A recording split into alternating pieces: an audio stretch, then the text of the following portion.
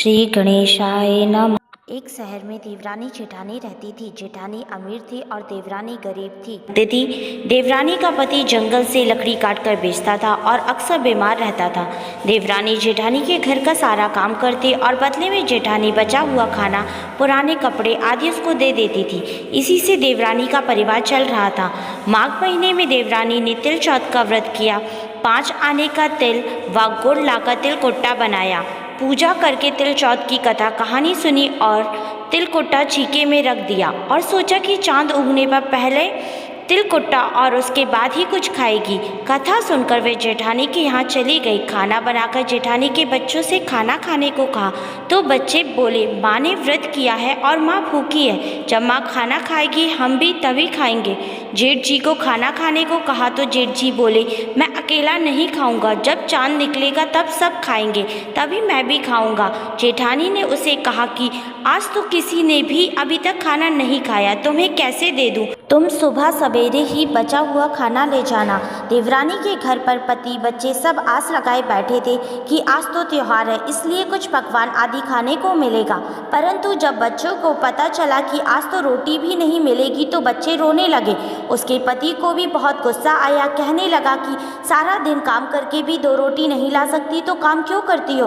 पति ने गुस्से में आकर पत्नी से कपड़े धोने के धोबने से मारा। धोबना हाथ से छूट गया तो पाटे से मारा। वह बेचारी गणेश जी को याद करती हुई रोते रोते पानी पीकर सो गई। उस दिन गणेश जी देवरानी के सपने में आए और कहने लगी, धोबने मारे, पाटे मारी, सो रही है या जाग रही है? वह बोली, कुछ सो रही हूँ, कुछ जाग रही हूँ। गणेश जी बोले, भूख लगी है, कुछ खाने को दे दो।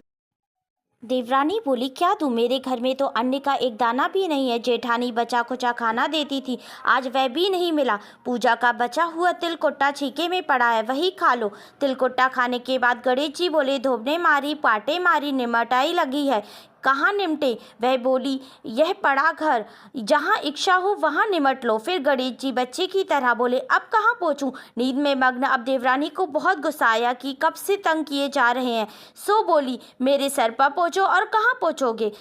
सुबह जब देवरानी उठी तो यह देखकर हैरान रह गई कि पूरा घर हीरे मोती से जगमगा रहा है। सिर पर जहाँ विनायक जी पोछनी कर गए थे वहाँ हीरे के टीके व बिंदी जगमगा रहे थे। उस दिन देवरानी जेठानी के यहाँ काम करने नहीं गई। बड़ी देर तक राह देखने के बाद जेठानी ने बच्चों को देवरानी को बुलाने भेजा। जेठानी ने सोचा कल खाना नहीं दिया इसलिए शायद देवरानी बुरा मान गई है। बच्चे बुलाने गए और बोले, चाची चलो, माँ ने बुलाया है, सारा काम पड़ा है। देवरानी ने जवाब दिया, अब उसकी जरूरत नहीं है, घर में सब भरपूर है गणेश जी के आशीष से। बच्चों ने घर जाकर माँ को बताया कि चाची का तो पूरा घर हीरे मोतियों से जगमगा रहा है। जेठानी दौड़ते हुई देवरानी के पास आई और पूछा कि यह सब कैसे हुआ।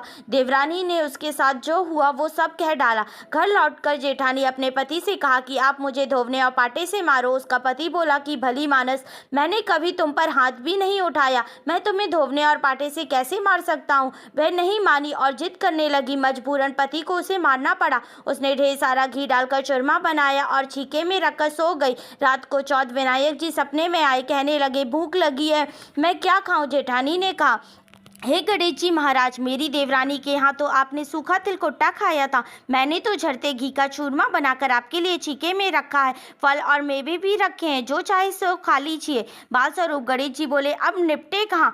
जेठानी बोली, उसके यहाँ तो टूटी फूटी झोपड़ी थी, मेरे यहाँ तो कंचन के महल है, जहाँ चाहो निपटो। फिर गणेश जी ने पूछा, पोछू कहाँ? जेठानी बोली, मेरे ललाट पर बड़ी सी बिंदी लगाकर पोछ लो। धन की भूखी जेठानी सुबह बहुत जल्दी उठ गई। सोचा घर हीरे जवाहरात से भर चुका होगा, परंतु देखा पूरे घर में गंदगी फैली हुई थी, तेज बदबू आ रही थी। उसके सिर पर भी बहुत सी गंदगी लगी हुई थी। उसने कहा, हे गणेश जी महाराज, ये आपने क्या किया? मुझसे रूठे और देवरानी पर टूटे। जेठानी ने घर की सफाई करने की बहुत कोशिश की, परंतु गंदगी और ज्यादा फैलती गई। जेठानी के पति को मालूम चला तो वह भी बहुत गुस्सा हुआ और बोला, तेरे पास इतना सब कुछ हुआ था, सब कुछ था, फिर भी तेरा मन नहीं भरा। परेशान होकर चौथ के गणेश जी से मदद की विनती करने लगी। गणेश जी ने कहा, देवरानी से जलन के कारण तूने जो किया था यह उसी का फल है। अब तू अपने धन में से आधा उसे दे देगी, तभी यह सब साफ होगा।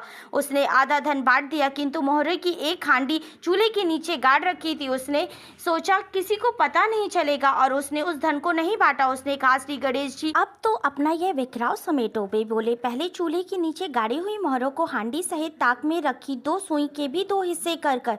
इस प्रकार श्री गणेश जी ने बाल स्वरूप में आकर सुई जैसी छोटी चीज का भी बंटवारा किया और अपनी माया समेटी। हे गणेश जी महाराज, जैसी आपने देवरानी पर कृपा की, वैसी सब पर करना। कहानी कहने वाले, सुनने वाले व हुंकारा भरने वाले सब पर कृपा करना, किंतु जेठानी को जैसी सजा दी वैसी किसी को मत देना। बोलो गणेश जी महाराज की जय। चौथ माता की